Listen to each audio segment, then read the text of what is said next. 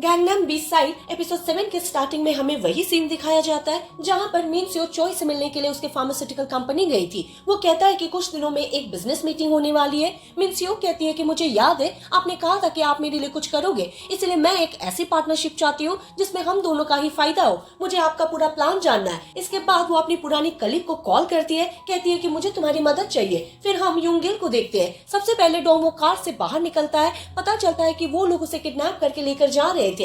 ये उससे कहता है कि अब तुम पुलिस वालों के साथ घूम रहे हो, क्या तुमने मुझे मिस नहीं किया? मैं तो तुम्हें रोज याद करता हूँ। पता चलता है कि उसकी आंखों के पास एक स्कार था। फिर यहाँ से हमें 7 साल पहले का सीन दिखाया जाता है जहाँ पर वो दोनों एक ही आर्केड में काम किया करते थे।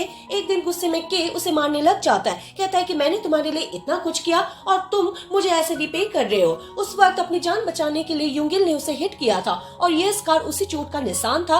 प्रेजेंट में पुलिस वाले वहाँ पर पहुंच जाते हैं, इसलिए उन दोनों को वहाँ से भागना पड़ता है। कुछ देर होते ही यूंगिल डोंगवू को कार से बाहर निकालता है। डोंगवू कहता है कि वो लोग मेरी बेटी को लेकर चले गए, यूसु जेह्यू के लिए रिवेंज लेने के लिए गई है। यूंगिल कहता है कि अब तुम्हें कैसा फील हो रहा है? अब जब तुम्हारी बेटी की बात आई तो ये चीज पर्सनल हो गई। अब तुम्हें समझ आएगा कि किसी अपने को खोने का दर्द क्या होता है। इस तरह मिस्टर चॉय के से कहता है कि तुम्हें डोंगवू और यूंगिल दोनों को मारना होगा, कोई भी ट्रेसेस नहीं बचना चाहिए। दूसरी तरफ डोंगवू उसी लड़की के पास आता है, कहता है कि तुम सुइन को जानती हो ना, मुझे उससे बात करनी है। तो वो लड़की उसे सुइन का नंबर दे देती है। फिर वो उसे कॉल करके पूछता है कि तुम लोग यूसियो को लेकर कहाँ गए थे? मुझ पर एक एहसान करके उसे जाने दो, वो जगह बहुत डेंजरस है। सुइन कहती है कि यहाँ पे सारी लड़कियां अपनी मर्जी से आई है। उस वक्त देखा था ना तुमने, तुम ये सीओ के सामने रो रहे थे, फिर भी उसने तुम्हें इग्नोर किया, वो तुम्हारे साथ नहीं गई। तो डोंगवू पूछता है तो फिर तुम सीक्रेटली उन लड़कियों की मदद क्यों करती हो? मैं जानता हूँ कि तुम्हें भी उनकी फिक्र है।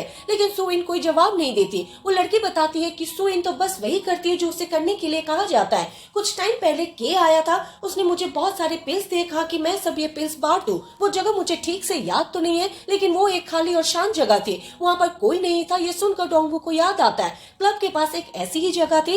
इस तरह सुइन ये सीयू से पूछती है कि तुमने जेह्यू के अकाउंट को लॉग इन क्यों किया? ये सीयू कहती है कि मुझे कॉन्टैक्ट बनाना था क्योंकि मुझे जेह्यू की तरह ही पैसे कमाने हैं। सुइन कहती है कि अपनी बकवास बंद करो और घर जाओ, तुम्हारे पास अभी भी ऐसे लोग हैं जो तुम्हारा केयर करते हैं। वो जो आए थे वो तुम्हारे डैड थे ना, पहले वो एक पुलिस वाले थे और अब वो एक ड्राइवर बन के तुम्हें ढूंढने की कोशिश कर रहे हैं। ये सीओ कहती है कि उन्हें भूल जाओ और हमारे लिए वीआईपी क्लाइंट लेकर आओ। इस तरफ डोंगो उसी जगह पर पहुंचता है। पता चलता है कि यूंगिल वहाँ पर पहले से ही था। डोंगो उसे पूछता है कि तुम यहाँ पर क्या कर रहे हो? हम दोनों का मकसद तो एक ही है ना, हम दोनों उस बुढ़े आदमी को ढूंढ रहे हैं जो गैंगनम ट्रेडिंग चलाता है। यूंगिल बताता है कि उसका नाम चॉय है। इतने में साई डोंगवू पर अटैक कर देता है, लेकिन यूंगिल उसे बहुत मारता है। साई कहता है कि तुम अभी भी जेह्यू को ढूंढ रहे हो, वो तो मर चुकी है ना। यह सुनकर यूंगिल उसे गुस्से में मारने वाला था। इतने में साई सामने वाले कैमरे का लाइट ऑन करता है। वहाँ पर बहुत सारे पिल्स रखे हुए थे।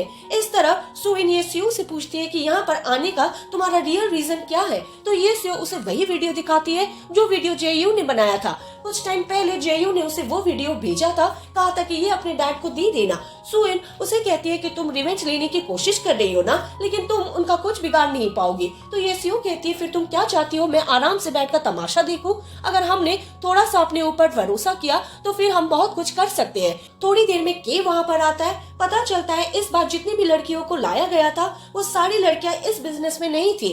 के उसे धमकी देता है, कहता है कि पिछली बार तुमने और जेह्यू ने जो भी कुछ किया था वो दोबारा से नहीं होना चाहिए, वरना मैं तुम्हें छोड़ूंगा नहीं। उस टाइम पर ये सीयू वही के कबर्ड में छुपी हुई थी। इतने में उसके पास साइक का कॉल आता है। साइक रोते हुए कहता है कि यूंगिल ने मुझे पकड़ लिया है, ये दोनों हमारा सारा ड्रग्स लेकर जा रहे हैं। पता चलता है कि ये तो बस रोने का नाटक कर रहा था, जैसे इन दोनों ने उसे करने के लिए कहा था। ये सीयू के पास एक सॉफ्ट टॉय था जो कि उसे डोंगवू ने बर्थडे पर गिफ्ट किया था। इस तरफ डोंगवू नोटिस करता है कि वहाँ पर एक कैमरा लगा हुआ था, यानी कि इतने टाइम से यहाँ पर जो भी कुछ हो रहा था वो सारा कुछ देख रहे थे। तब उसके पास सुइन का कॉल आता है, कहती है कि तुम्हारी बेटी यहाँ पर रिवेंज लेने के लिए आई है और तुम पागलों की तरह उसे ढूंढ रहे हो। तुम दोनों फैमिली हो, इसलिए तुम्हें साथ में रहना चाहिए। मुझे तुमसे एक फेवर चाहिए, यहाँ पर जितनी भी लड़कियां हैं उन्हें अरेस्ट करके प्रॉपर मेडिकल ट्रीटमेंट दिलवा दो, चाहे कितना भी टाइम लगे, तुम्हें सबको बचाना होगा। साथ ही में वो उसे वही एड्रेस भेजती है जहाँ पर लड़कियों को रखा गया था। इतने में यूंगिल आकर कहता है कि तुम्हें जाना चाहिए। डोंगवू पूछता है कि क्या तुम मेरे साथ नहीं आओगे?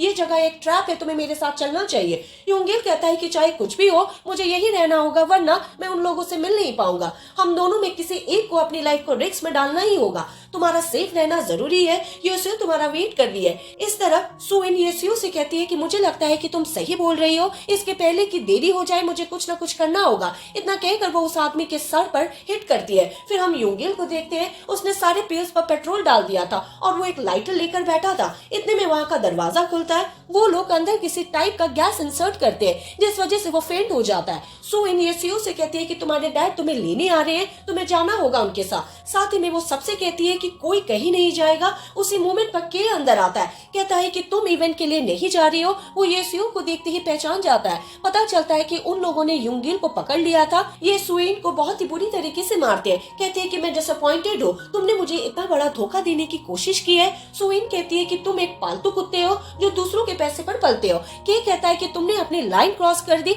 इतना कहकर वो उसे चाकू मार देता है। फिर वो बाहर आकर ये सीओ से पूछता है कि क्या तुम्हारे डैड को पता है कि तुम यहाँ पर हो, जिसके बाद वो सारे लड़कियों को अपने साथ ले जाता है। फिर वो चॉय को कॉल करता है, हमने यूंगिल को पकड़ लिया है और डोंगू की बेटी भी हमारे साथ है। उनके वहाँ से निकलते ही डोंगू वहाँ पर पहुँचता है। वो ये सीओ को हर जगह ढूंढने की कोशिश करता है लेकिन वो उसे कहीं नहीं मिलती। इतने में उसकी नजर सुइन पे जाती है। वो उसे उसी वीडियो के बारे में बताने की कोशिश कर रही थी। उसके हाथ में वही सॉफ्ट टॉय था जो डोंगवो ने ये सीओ को गिफ्ट में दिया था। उसी के अंदर वो मेमोरी कार्ड भी रखा हुआ था। फ्लैशबैक सीन में हम देखते हैं कि ये सीओ ने मेमोरी कार्ड सुइन को दे दिया था। कहा था कि अगर मैं नहीं बच पाई तो ये मेरे डैड को दे देना। उसने कहा था कि मैंने उनसे माफी मांगी है। चेक करने पर उसे वो वीडियो मिल जाता है। पता चलता है कि वीडियो उसी फार्मास्यूटिकल कंपनी का था जहाँ पर कुछ टाइम पहले बहुत सारे लोग आए हुए थे। वहीं पर हम जेयू और जुआंग हो को देखते हैं। जेयू उसी ड्रग के बारे में बताता है। एक आदमी पूछता है कि क्या यह ड्रग काम भी करता है। चॉय कहता है कि अगर तुम्हें भरोसा नहीं है तो तुम खुद ही ट्राई कर लो। यह एक ऐसा ड्रग है जो टेस्ट रिपोर्ट में भी सामने नहीं आएगा। जिसके बाद वो फोर्सफुली एक लड़की को ड्रग देते हैं। वो मना कर रही थी, फिर भी वो लोग उसकी बात नहीं सुनते और ये सारा कुछ जेयू रिकॉर्ड कर रही थी।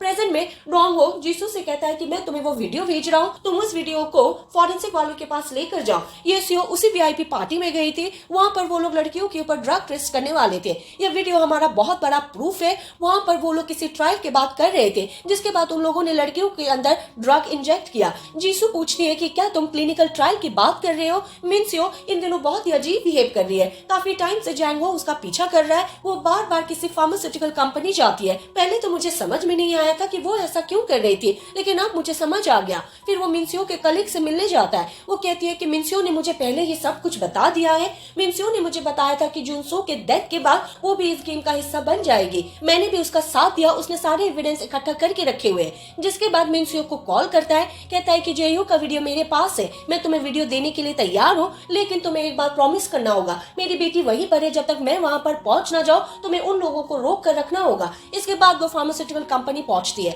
जहाँ पर सारे मिनिस्टर लोग आए हुए थे।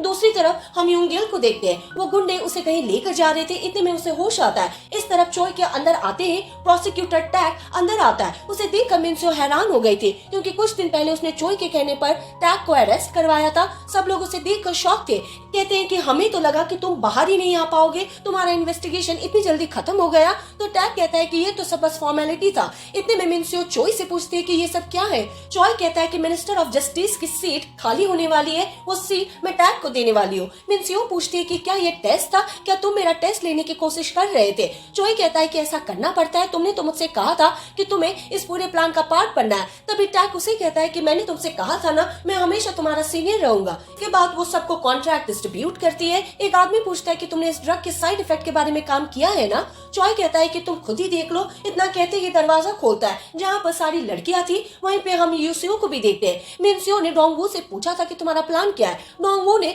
ये कहा था कि जिनको जिंदा रहना चाहिए मैं उन्हें बचाऊंगा और जिनको जिंदा रहने का हक नहीं है उनकी जान जाएगी। इसी सीन के साथ एपिसोड 7 यहीं पर खत्म होता है। अगर आप लोगों को मेरी एक्सप्लेनेशन पसंद आई हो तो आप लाइक, शेयर और सब्सक्राइब करना बिल्कुल ना भूलें। Thank you for watching.